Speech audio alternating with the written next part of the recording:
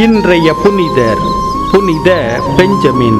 பெர்ஷியா நாட்டில் வேத கலாபனை நடந்தபோது கிறிஸ்தவர்களுக்கு இவர் துணையாக இருந்தார்.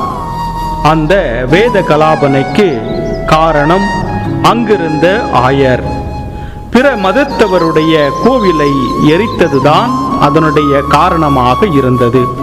எனவே எல்லா கிறிஸ்தவ கோயில்களும் எரிக்கப்பட்டு 40 ஆண்டுகள் கிறிஸ்தவர்கள் கொடுமைப்படுத்தப்பட்டார்கள்.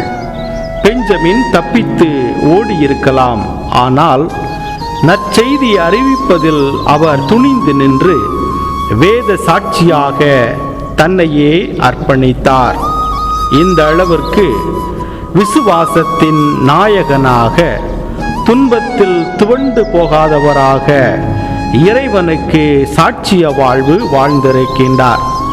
இவரை போல நாமும் சாட்சிய வாழ்வு வாழ இறையருள் வேண்டுவோம். இறை ஆசீர் உங்கள் உள்ளத்தையும் இல்லத்தையும் நிரப்புவதாக. ஆமேன்.